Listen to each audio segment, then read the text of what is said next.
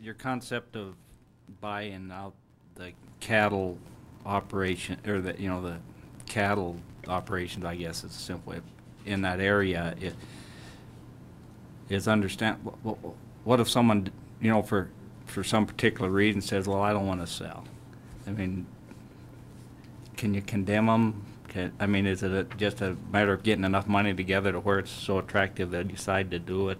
Well, I You know, think, what is the line of thought there? well, look, we're hoping we don't get to that because I think that in this particular case, this land that we're talking about, these private lands in there are worth in the neighborhood of $20,000 to $40,000 an acre. It's been a long time ago since anybody who ran cattle there had thought that they're a significant part of management of that resource is the cattle income that they get from it. And so I suspect that, that people will be anxious. There's much better grass that can be purchased for much better dollars than that.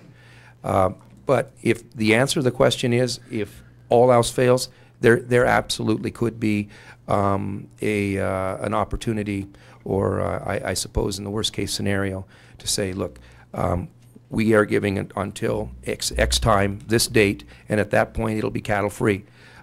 My dad has a couple of pipelines and transmission line that runs across his ranch at Geyser, and every single one of those landmen that showed up got kicked out of the kitchen.